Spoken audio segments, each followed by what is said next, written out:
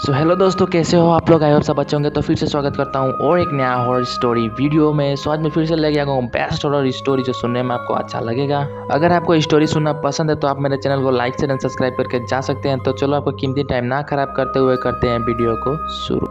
बिल्लोड़ा गांव का कब्रिस्तान बहुत ही डरावना था। कोई भी इंसान रात में कब्रिस्तान के अंदर कदम तक रखने की हिम्मत नहीं करता और इसका कारण था मुर्दों की आहट। जब भी कोई इस कब्रिस्तान से अकेला आता या जाता था तो मुर्दे उसका पीछा करते थे और वो जैसे ही मुर्दों की आहट सुनकर पीछे मुड़कर देखता था वहीं पर उसकी मृत्यु हो जाती थी। बिल्लोड़ा गांव के लोग तो कई कहानियां सुनाते थे। मेरा नाम अनिल है और एक रात मेरे मामा जी कब्रिस्तान के रास्ते से आ रहे थे। वो डरे हुए थे, इसीलिए वो हनुमान जी का मंत्र पढ़कर आ रहे थे। उन्हें कब्रिस्तान के भूतों के बारे में सब कुछ पता था। फिर उन्हें मुर्दों की आहट सुनाई देने लगी। मामा जी सीधे सामने देखकर चलने लगे और फिर उन्हें मामी जी का आवाज़ सुनाई दी। मामी जी की आवाज़ सुनते ही वो मुड़ गए और मुर्दे फिर उनको घसीटकर कब्रिस्तान में लेके आए। वहाँ पर एक लड़की का नाम अनु था। अनु ने अनिल से पूछा, तुम्हें ये सब कैसे पता है? फिर अनिल ने बोला, क्योंकि अगले सुबह मेरे मामा जी जिंदा थे। उन्होंने उनके साथ हुआ सब कुछ मेरे पिताजी को बताया और पिताजी ने मुझे बताया। तभी मनु ने बोला, फिर तो वो कब्रिस्तान बहुत ही खतरनाक है। तभी उनमें से एक लड़का बोला जिसका नाम था राम, ऐसा कैसे हो सकता है? सुना है बुढ़ा मुकेश उस कब्रिस्तान का सालों से रखवाली करता है। तभी मनु ने बोला, हाँ वो तो है, अगर उस कब्रिस्तान में मुर्दे हैं तो मुकेश अभी तक जिंदा कैसे है? तभी राम ने बोला, चलो उनसे ही पूछते हैं। तीनों गांव वाले सच जानने के लिए मुकेश के पास गए। तभी अनिल ने बोला, मुकेश काका, मुझे आपसे कुछ जानना है।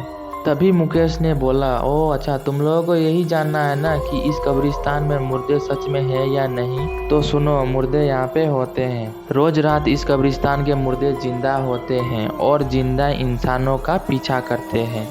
तभी मुकेश ने बोला, आज से करीब 35 साल पहले की बात है। मैं और मेरा दोस्त सुरेश, हम दोनों ही अनाथ थे और काम के तलाश में हम दोनों बिल्लोड़ा गांव में पहुंचे। यहाँ हम इस चर्च में फादर एंथनी से मिले और फादर से बोला, फादर हम दोनों यहाँ पर काम की तलाश में भटक रहे हैं, क्या आपके पास कोई हमारे लिए काम है? तभी फादर जी बोले, काम तो है लेकिन काम बहुत ही रिस्की है, इसमें तुम लोगों की जान भी जा सकती है। तभी सुरेश ने बोला, वैसे भी तो हम भूख से तरफ तरफ कर मर ही जाएंगे।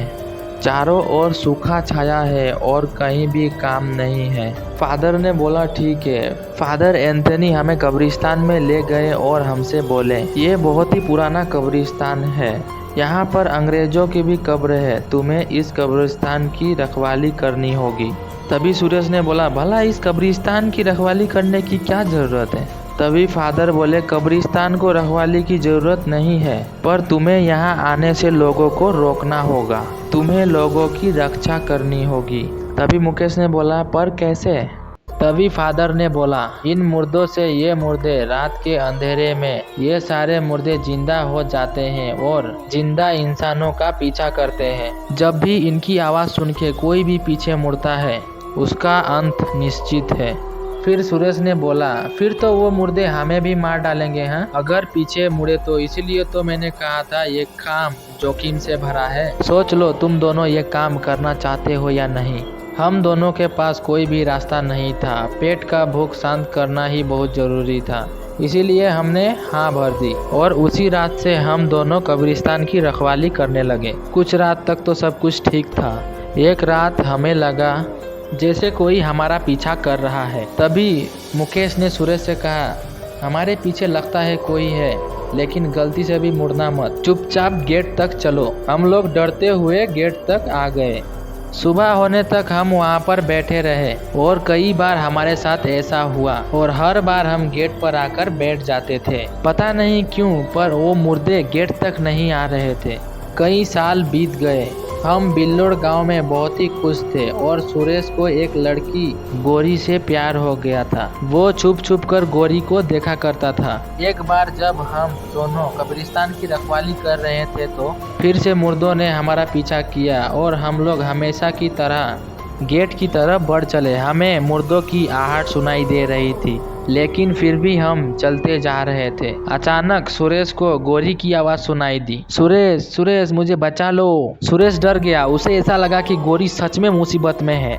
तभी रमेश ने बोला, दोस्त पीछे मुड़ना मत, ये मुर्दे हमारे साथ खेल रहे हैं। सुरेश ने बोला, नहीं, ये मेरी गोरी की आवाज है और गोरी को बचाना होगा क्योंकि गोरी बहुत ही मुसीबत में है। सुरेश ने पीछे मुड़ा और मुर्दे उसे पकड़कर घसीटते हुए कब्रिस्तान की तरफ लेके गए।